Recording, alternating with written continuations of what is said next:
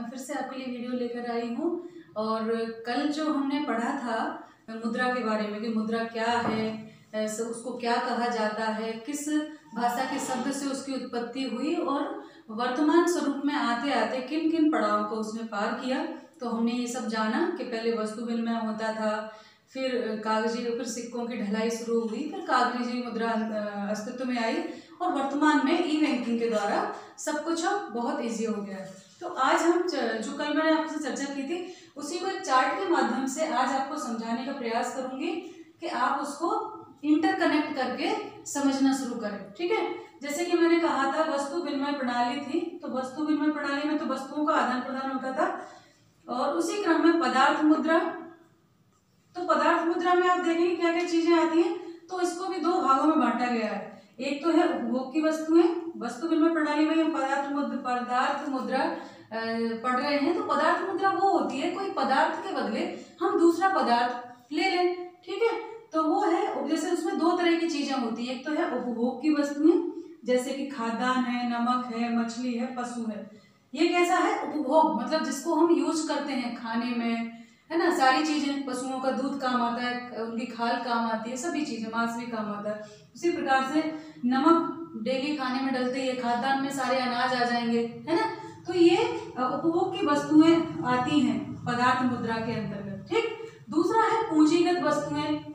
पूंजीगत वस्तुएं जो हम पूंजी के रूप में रखते हैं, जैसे चाकू, उस समय काम आते थे, चाकू, कीले, धातु, है ना। ये सारी चीजें जो है इसके अंतर्गत आती हैं। तीसरा जो था वो था आभूषण एवं प्रदर्शन वस्तुएं, यानी गहने और जिनको हम दिखावा करते हैं, शो ऑफ करते हैं, प्रदर्शन वस्तुएं या श्रृंगार के लिए, जैसे सीप है, कौड़ी है और बहुमूल्य धातुएं। पहले सीप का एक अपना महत्व होता था उस समय, है ना। कौड़ी मुद्रा के रूप में चलती थी उस समय, इतनी कौड़ियों में ये सामान आ जाएगा, इतनी कौड़ियों में ये सामान, जैसे हम ना 5 रुपए का एक कुरकुरे का पैकेट आ गया, है ना, 20 रुपए का नमक की थैली का पैकेट है। ऐसे ही पहले कौड़ियों में, कौड़ियां जो हम देखते हैं आज जिनका कोई मूल्य नहीं है, तो वो पहले बहुमूल्य थी। ऐसे तो देखो आपने भी देखे होंगे शायद सिक्के, 4 आना, 8 आना, जो 50 पैसे और 25 पैसे ना देखे हो, पर 50 पैसे तो आप लोगों ने देखे होंगे, वैसे 25 पैसे भी देखे होंगे। पहले वो चलन में थे। मैंने अपने जीवन में जो देखा है वो 5 पैसे, 10 पैसे, 20 पैसे और 25 पैसे और 50 पैसे, ऐसे 1 रुपए के अंदर 100 पैसे होते हैं। उन पैसों को मैंने देखा अपने जीवन में। हमसे पहले की और पीढ़ी थी, उन्होंने आना में देखे, है ना, और उससे और पहले की पीढ़ियों ने कौड़ी के रूप में मुद्रा को देखा था। तो कौड़ी या बहुमूल्य धातुएं, बहुमूल्य धातु कौन सी है? सोना, चांदी, हीरा, जवाहरात की बहुमूल्य धातुएं होती। ये प्रदर्शन की वस्तुएं या आभूषण की वस्तुएं होती थी। ठीक है, तो पदार्थ मुद्रा को 3 भागों में बांटा गया। एक उपभोग की वस्तुएं, पूंजीगत वस्तुएं, आभूषण एवं प्रदर्शन वस्तुएं। तो उपभोग वस्तुओं में हमने जाना खाद्यान्न आता है, नमक, मछली, पशु आदि। पूंजीगत में आता है चाकू, कीले, धातु। और आभूषण और प्रदर्शन वस्तुओं में आता है सीप, कौड़ी, बहुमूल्य धातु। ठीक, तो ये तो हो गई पदार्थ मुद्रा। अब हम चलते हैं कागजी मुद्रा। कागज की तरफ जब बढ़ा तो उसमें क्या क्या चीजें थी। तो कागजी मुद्रा में आता है प्रारंभिक लिखित प्रमाण पत्र, पहले लिख के दिया जाता था कि इनके पास इस कागज को जो है इतने मूल्य का जाना जाए। ठीक, दूसरा है प्रतिनिधि कागज मुद्रा, रिप्रेजेंट के रूप में। तो वो बैंक नोट, जो नोट है ना, करेंसी, वो इसमें भी 2 तरह के होते थे करेंसी। कागजी मुद्रा यानी बैंक नोट 2 तरह के, एक तो होते परिवर्तनीय और एक होते अपरिवर्तनीय, जिनको परिवर्तित किया जा सकता है, और दूसरा अपरिवर्तित रहते थे। दोनों ही बैंक के नोट होते थे। ठीक है, इसके अलावा हम आगे बढ़े, हमने वस्तु विनिमय में और पदार्थ मुद्रा पढ़ा, कागजी मुद्रा पढ़ा। वस्तु विनिमय में आगे हम देखेंगे साख मुद्रा। साख मुद्रा क्या होता है? साख मुद्रा मतलब उसकी अपनी एक साख होती है ना, कि भाई ये इतने मूल्य का है। तो उसके अलावा वो कोई कागज की करेंसी नहीं होती, सिक्का नहीं होता है, बस एक कागज का टुकड़ा होता है। और जैसे आपने देखे उसके नाम दिए हैं हुंडी, चेक और ड्राफ्ट। तो हुंडी तो शायद आपने ना देखी होगी, मुझे भी ज्यादा काम नहीं पड़ा तो मैंने भी नहीं देखी। लेकिन चेक और ड्राफ्ट ये तो ऐसी चीजें हैं जो आम जीवन में इनका बहुत उपयोग होता है। आप जब भी बैंक में खाता खुलाने जाते हैं तो एक चेक बुक आपको दी जाती है। जब कभी आपको पैसे निकालने हो तो आप चेक भर के खुद का भी निकाल सकते हैं, साथ ही आपको कोई चीज लेनी है तो आप सामने वाले व्यक्ति के नाम का भी चेक काट सकते हैं कि हमने 50,000 रुपए का चेक दिया और कोई सामान वहां से खरीदा। तो ये क्या है, उस समय 50,000 रुपए की गड्डी तो नहीं, लेकिन वो चेक वो सामने वाला व्यक्ति अपने अकाउंट में डालेगा और उसको 50,000 रुपये उसके बैंक अकाउंट में आ जाएंगे। तो ये साख मुद्रा के अंतर्गत आता है ना।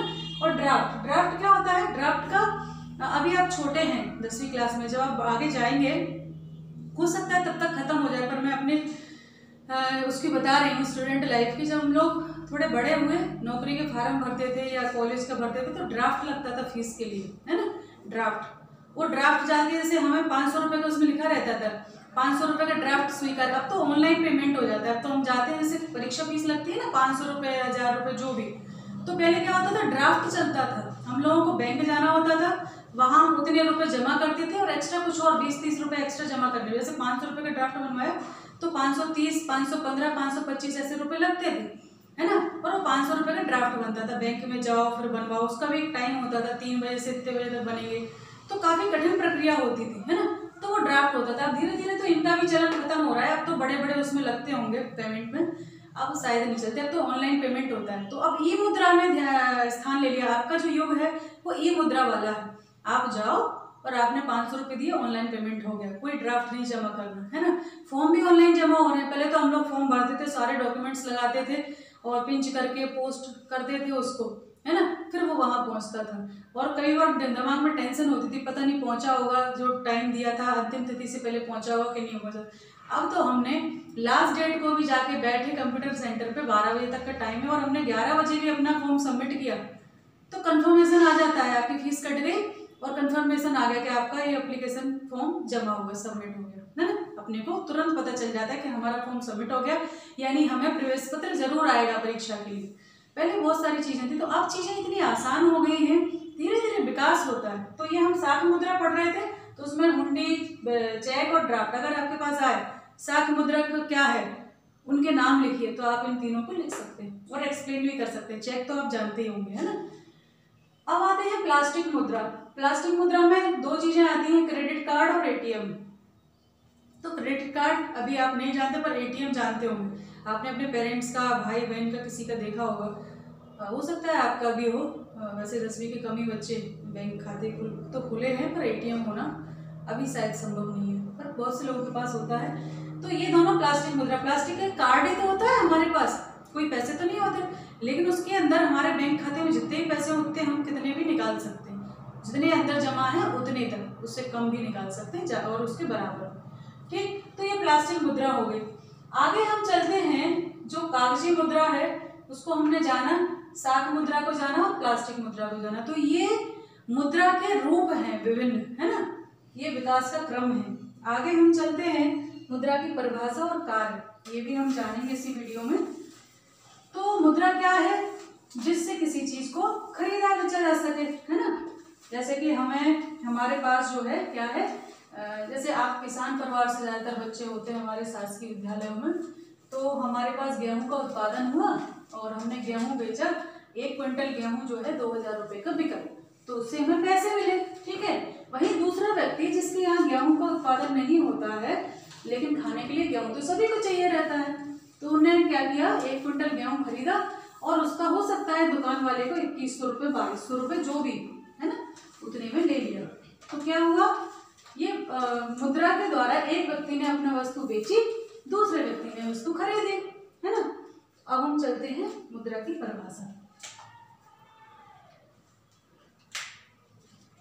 मुद्रा की परिभाषा एवं कार्य पढ़ेंगे।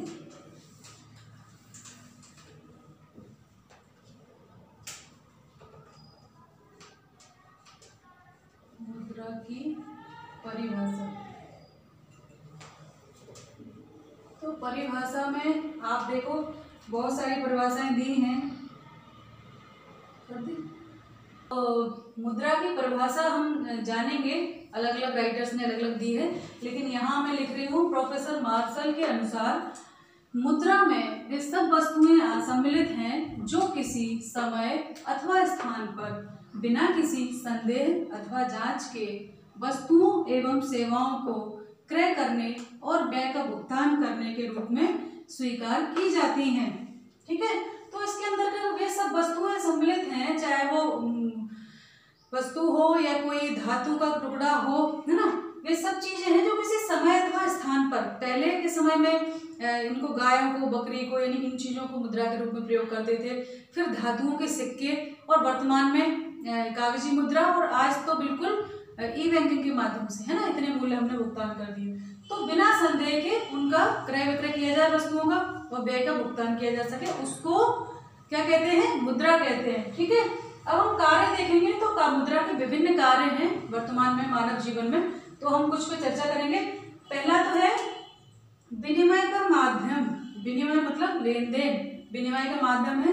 इसके माध्यम से सेवाओं का क्रय विक्रय मुद्रा के माध्यम से ही होता है, अर्थात वस्तुओं और सेवाओं का, है ना, यहाँ पर सेवाओं का, वस्तुओं एवं सेवाओं का क्रय विक्रय मुद्रा के माध्यम से ही होता है। वस्तु यानी हमें कोई चीज खरीदनी है, टीवी है, फ्रिज है, पलंग है, जो भी, है ना। सेवा कौन सी? जैसे हम बीमार पड़े, किसी हॉस्पिटल में गए तो डॉक्टर को फीस चुकाई, वो सेवा का मूल्य हो गया। किसी स्कूल में फीस चुकाई, सेवा का मूल्य हो गया।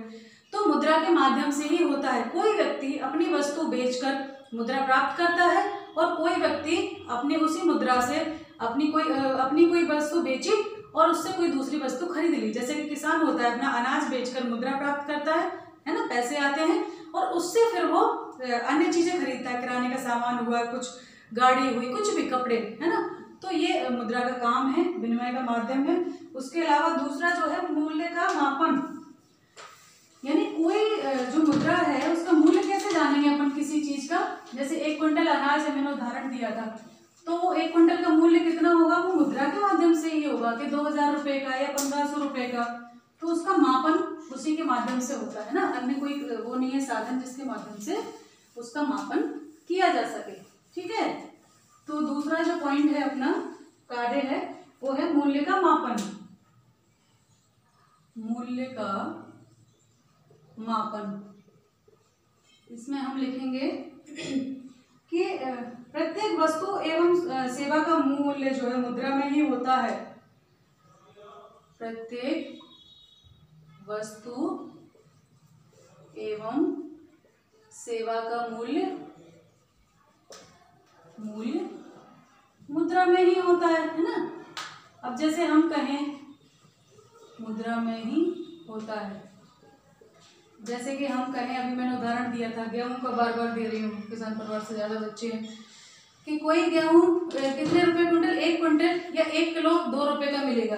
तो ये मुद्रा में ही तो बताएंगे, रुपए में ही तो बताएंगे हम, और कैसे बताएंगे इसका मूल्य। इसी प्रकार सेवा का, जैसे कोई डॉक्टर की फीस 500 रुपए, किसी स्कूल की फीस 500 रुपए, तो वो सेवा भी मुद्रा के माध्यम से भी होगी, है ना। उसके अलावा हम कहें तीसरा जो है क्रय शक्ति का हस्तांतरण। क्रय शक्ति का हस्तांतरण, इसमें क्या आएगा? हस्तांतरण। इसके अंतर्गत हम देखते हैं कि एक जगह से दूसरी जगह पर जो है सरलता से भेजा जा सकता है ना। मुद्रा को एक स्थान से दूसरे स्थान पर आसानी से भेजा जा सकता है। दूसरे स्थान पर आसानी से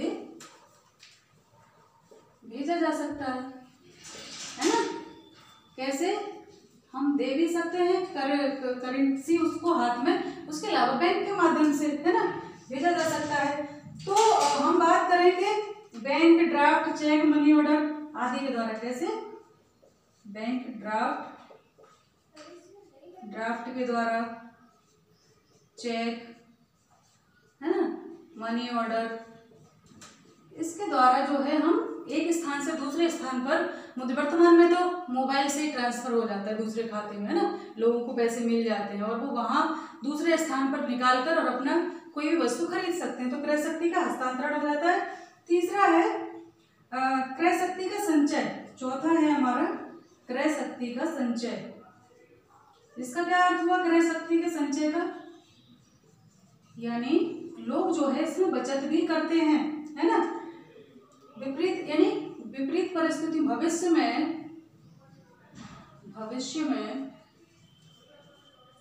विपरीत परिस्थितियों से निपटने के लिए, विपरीत परिस्थितियों से